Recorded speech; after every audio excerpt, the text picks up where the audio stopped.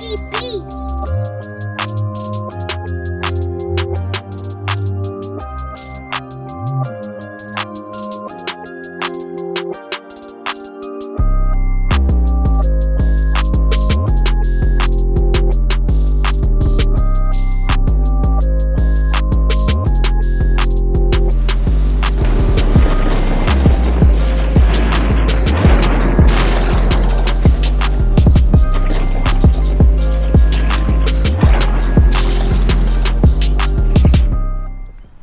What's up, YouTube? Before we start, make sure to drop a like in this video for more fire content.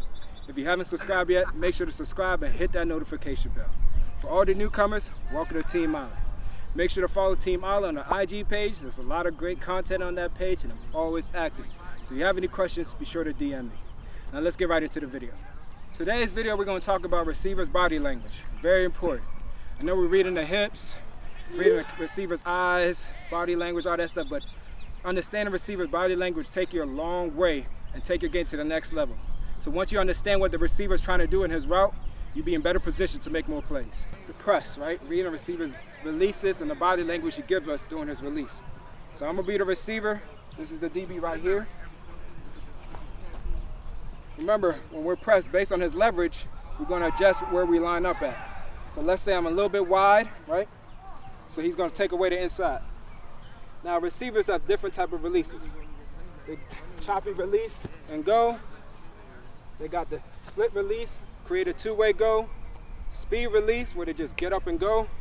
And a diamond release where they try to set you up to make you jump outside to cut right underneath you. Based on the release of the receiver, we have to adjust accordingly to protect our leverage and be in perfect position to make a play on the receiver. So first release, we're gonna talk about the split release, right? Here, boom, split release. Right now they're trying to create a two-way go. So they might try to set you up, go here, here, try to here, here. They're trying to create a two-way go. So whenever you get a split release, very important, we gotta protect our leverage, right? Inside leverage, protected it. So now if I go, you're just gonna kick step, meet me at a point if I go outside. If I go back, if I go inside, boom, I'm running right into you. Very important. I don't know the exact term of this one called, but when receivers start dancing, doing all that nonsense right here, we just gotta stay patient, right? They want you to jump, they want you to get nervous so they can hit you with a move and go, right? A lot of times we're always taught never fall for the first move of the receiver, right? Very important. So he start going here, he hits you like that. He wants to see if you're gonna jump and then he's gonna go to the other way. So we have to protect the leverage, very important. Get hands on, right? I'm here, boom, boom, boom, boom. Get hands on, right? Get hands on, slow him down, throw him off guard so we can be in better position to run with the receiver. Next one, diamond release, right? Receiver's gonna start here. He's gonna go out here, try to bring you, boom, try to undercut you right in front, behind you, right? Another thing, protect our leverage, right? We're kick stepping, right? That's why we kick step. So if I'm here, I'm trying to go here, trying to go here. If I come back inside, boom, right into you. Now, we gotta be patient, very important. Whenever in press, be patient, protect that leverage. Next one, a slide release. When the receiver slides out here, brings you wide, he's either trying to go, right? Or he's trying to come back inside potentially. Very important, just match it. That's all you're doing. That's why we stay square and press, right? Stay square, step and move, and now if I go, boom, get a hands on him. Simple. All right, so now speed release, right? Receivers in the stance.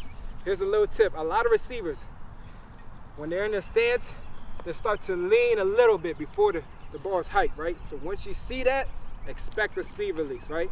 He's trying to get a little head start to get outside. So he's here, he's leaning, boom. Be ready to kick step when you see it, right? Do not cross over, right? Sometimes they might do that, lean, and come back inside. So we still gotta protect the leverage. We're just gonna meet him at a point at 45. So add that kick step in there and you'll be good. So now we're gonna talk about off man. So when the receiver's running his route, there's certain tendencies receivers do that will give us an indicator of what he's trying to do. If he's trying to create more space to go outside, if he's trying to throw us off or maybe putting his hand up to sell that he's going vertical, then when he breaks down for an out or comeback, all those little things will help us. So once we understand those body language, we'll be in better position to make a play. All right, so this one right here, big indicator is when the receiver is leaning into the DB, right? He's running his route, leaning into him because he's trying to create more space to go outside. So he's here, he might throw a little chicken wing to go outside, right? So as a DB, very important. Once you feel that lean, you want to lean back into me, right? Slightly lean into me. Don't lean crazy into me, but slight little lean into me. So when I break out, boom, you're right there. You might get away with a little pull too. All right, so be careful, all right? So now another indicator, when the receiver's running a route, a lot of times receivers start to rise up when they're about to break. So the body get tall and break down. Once you see a receiver rising up like this, now you know, okay, he's about to break. So now get ready to break and break on the upfield shoulder. Very important, all right? So if I'm coming running, boom, ready to break, boom, boom, boom.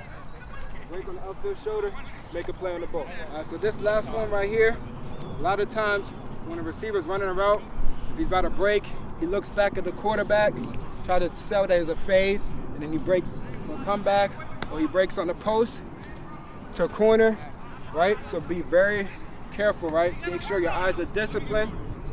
So remember, as we're running with the receiver, and you're reading the nearest hip of the receiver, to keep that clock in your mind, 5, 10, 15 yards. As he passed 5 yards, we're eliminating routes. That's 10 yards, we're eliminating routes. Once he gets to 15, it's either going to be a comeback or a fade. Once his hip doesn't drop, we know it's a fade, then we get into a lean and locate. So stay disciplined, keep that clock in your mind, and you'll be in good shape. As we're running with the receiver, don't fall for these little indicators. Sometimes I might even throw a hand up. When you see that hand up, expect him to break. Right? A lot of times that happens a lot. So now if you're running with me, be disciplined. If I break in, boom, be disciplined. Stay with me. If I break out, boom. Now you're going to slip the hip, stay and make a play on the ball. So that's the end of the video. If you use these tips and tricks to your game, it'll take your game to the next level. Very important, understanding receivers' body language. If you start to understand receivers' body language and the objective they're trying to do in their routes, you'll be in better position to make plays. Hope you guys enjoyed it, and I'll catch you on the next one. Peace.